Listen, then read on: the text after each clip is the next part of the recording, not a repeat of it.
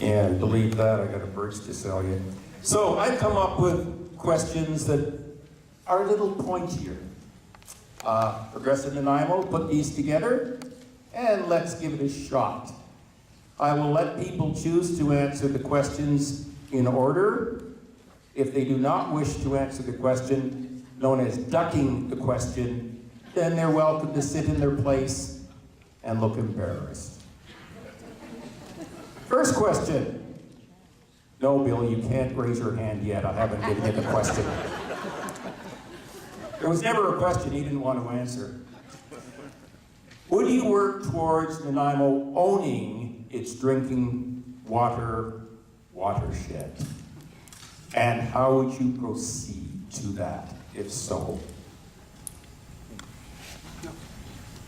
Bruni's hand went up first. Our watershed in Nanaimo is owned by Americans. They tree planted with poison all around our watershed. And it is time for Nanaimo to own its own watershed. And I believe it's time to expropriate it. They've had enough money on it already.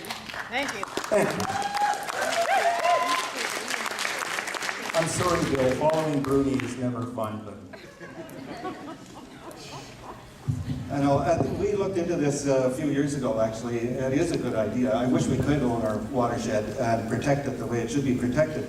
But the company that owns it was talking about an astronomical figure, between $400 and $500 million, I think. It was beyond our reach, and we have no way of expropriating such property. So if we can do it, though, and I would certainly pursue that if there is a solid way to pursue that proposal, because I think it's very important for communities to own the watershed from which their pure drinking water comes from. In terms of the watershed, I think we all have our own places we stay, and it's nice when you own your own stuff. You know, sometimes you lease or finance, and it's our country and our water. So we of course want to own it, and is 4.5 or the figure he gave too much? Well, I don't know, but that's been spent on small pieces of land recently. So it depends on certain things, and of course I would have to hear from the majority of people before I would make a final decision myself. Thank you. Thank you. Anyone else want to be really brave? Mayoral hopefuls? Okay, Bill. Never a shy person, Bill. Never. While it's a noble cause, one of the things that I would like everyone to look at is we're talking an awful lot about taxes tonight. Imagine what the impact of a $400 to $500 million taxation bill would look like, even over 25 years, which is the maximum we can do. What we do have to do, however, is we have to ensure that we protect that watershed, that we work very carefully and cooperatively with the people that own that land and ensure the safety of our watershed and our water reservoirs forever. Thank you. Thank you. Gary.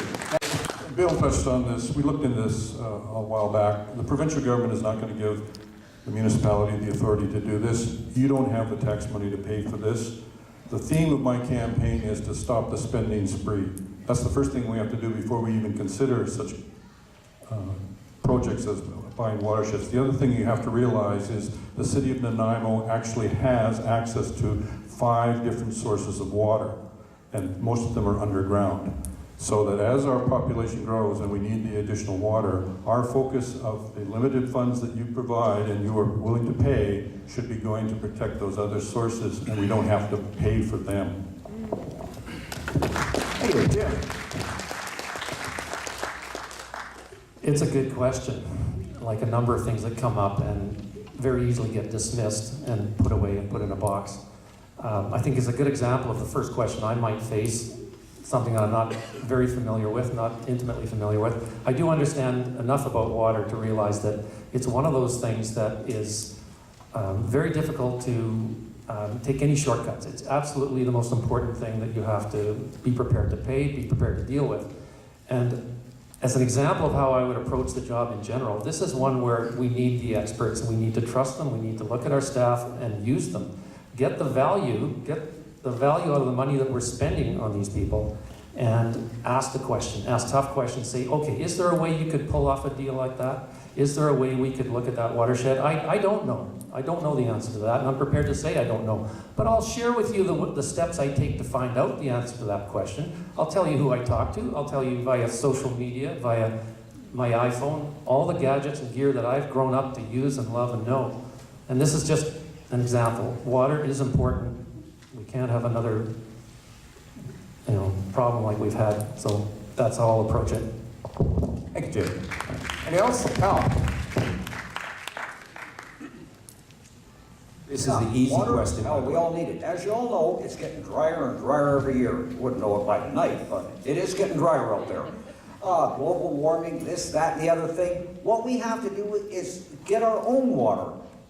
I didn't know until it was just brought up here tonight that the Americans own our watershed. How in hell did that happen? I mean, what's wrong with this country? And us, why did we let this happen? Now, there are many, many different ways of getting water. We can get it out of the ocean. I can't think of the word that you use to make clean water out of ocean water. But there's a word out there for that. Did you know the Israeli army actually has made a machine that they can suck water right out of the air? And they do that in the desert. Can you imagine what we get around here? What we need to do is we've got to make sure that we have water for everybody in this town. We just gave away a whole mess of water to Lansville. They wanted the purpose that they wanted it for their town. Well, it wasn't for their town. It's for a new subdivision. Why don't we keep the water for our new subdivisions? Thanks, folks. Thank you. Okay.